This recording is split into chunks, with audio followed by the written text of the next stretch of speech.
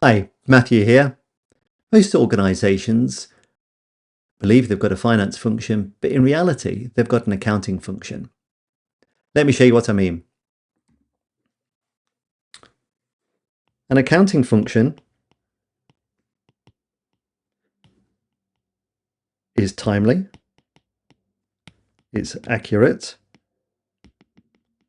it's compliant,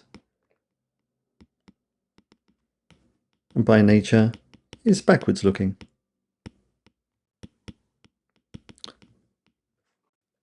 A finance function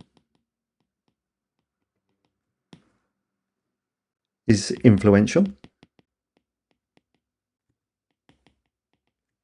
it's commercial, it's future focused, and it helps change decisions.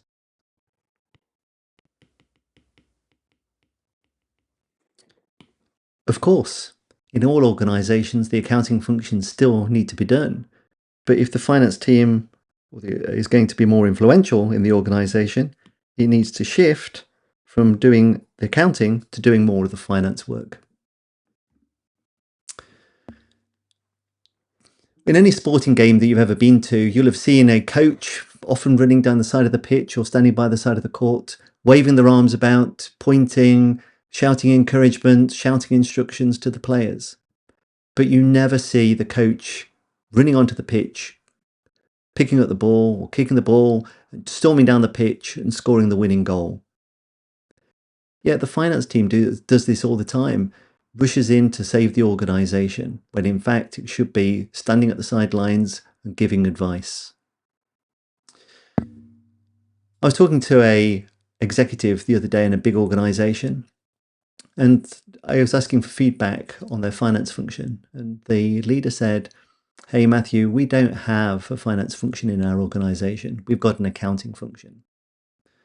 And look, plenty of organisations, even big organisations such as Wells Fargo, founded in 1852, the famous bank created during the gold rush, was prosecuted and ended up paying billions of dollars in fines for setting up accounts for people who didn't ask for them, didn't exist. And they'd set up millions of accounts and millions of dollars of bonuses had been paid out. The dashboards all existed, but it was all illegal. And people didn't set out to do illegal work, just that the incentives were basically all there and the reporting all allowed it to happen. And the conversations that the finance team's able to have can really start to change those conversations. So the gap isn't and is never about capability.